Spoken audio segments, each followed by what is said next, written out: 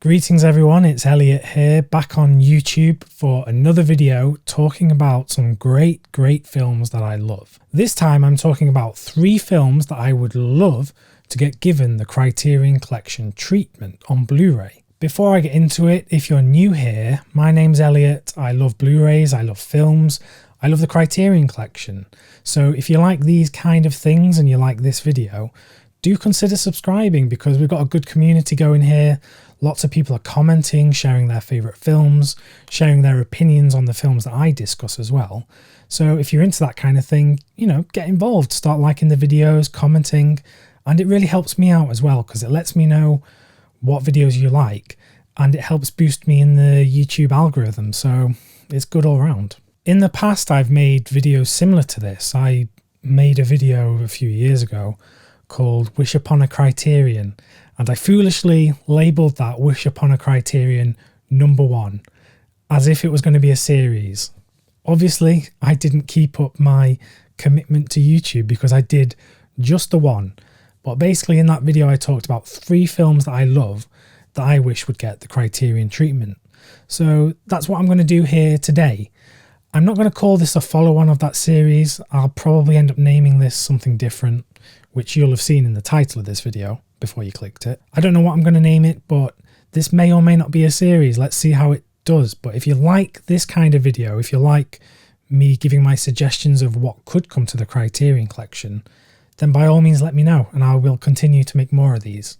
Before I blabber on too much and risk losing you completely, I'm just going to get straight into it. This first film is a film from 2010, and it's a film that I recently discussed on this channel as part of my podcast with my dad called My Dad vs. World Cinema. The film is Sondhi, the film by Denis Villeneuve, the Canadian film by the French-Canadian director. I'm sure many people are already familiar with Denis Villeneuve because he's made many a great big blockbuster film since then. He made Blade Runner 2049, which I think it was him or one of his producers called the biggest budget art house film ever made, which I thought was really funny. But he also made films like Sicario, Arrival, Prisoners.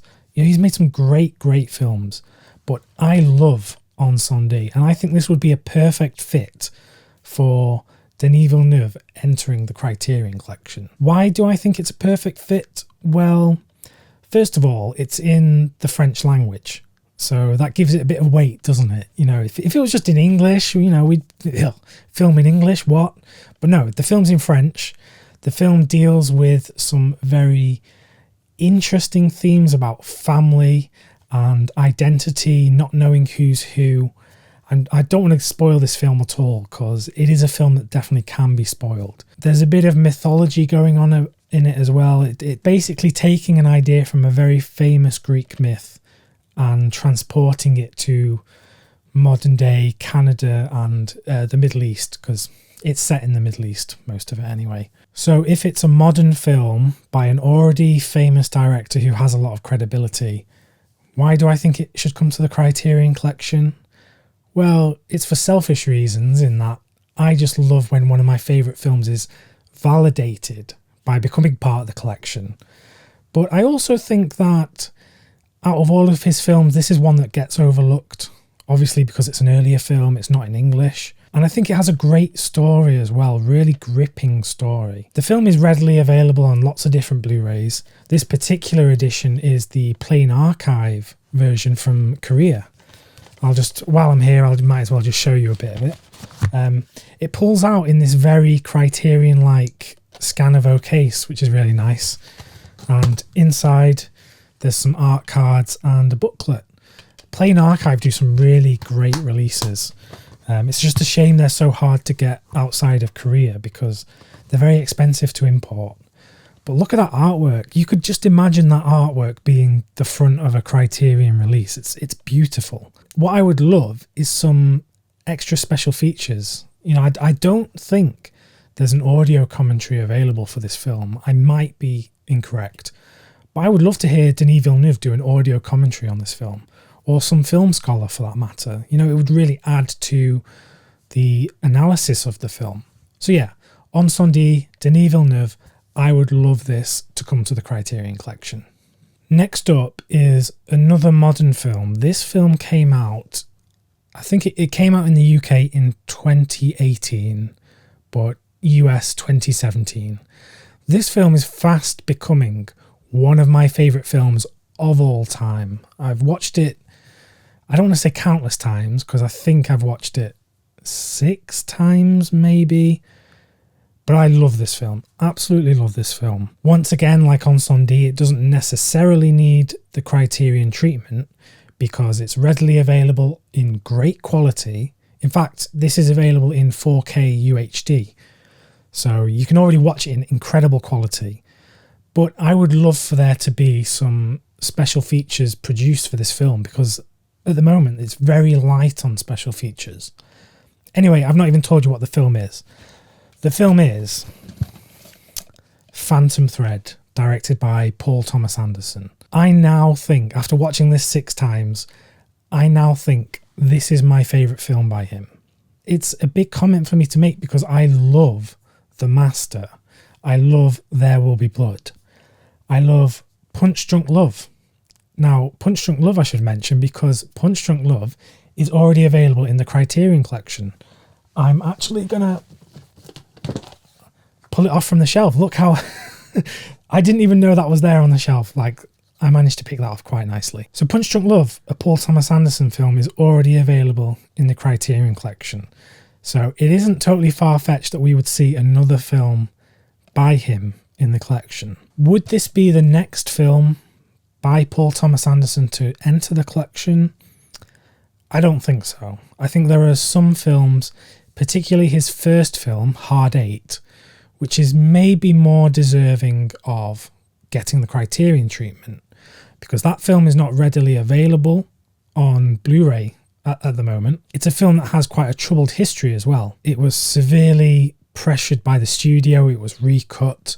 It was renamed to Hard 8 because he originally wanted to call it Sydney. So that would probably be more deserving of a Criterion release. But why can't we have both?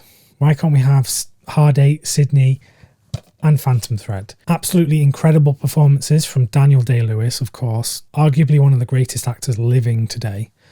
Not working though, because he retired after this film. Or retired, we'll see. And Vicky Creeps. Vicky Creeps is a newcomer to acting. Well, no, she's been acting a while, but this is when I first became aware of her. She's incredible in this film, and in the scenes where it's her and Daniel Day-Lewis like pairing off against each other and battling verbally, she holds her own. It's incredible. Like, she's there against one of the greatest actors of today, and she's holding her own.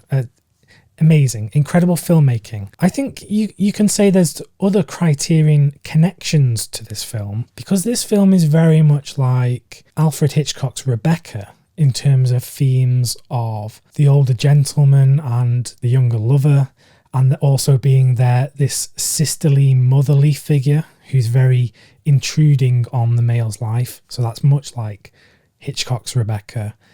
There's also comparisons to films made by Michael Powell and Emmerich Pressburger. So yeah, totally would be well fit in the Criterion Collection.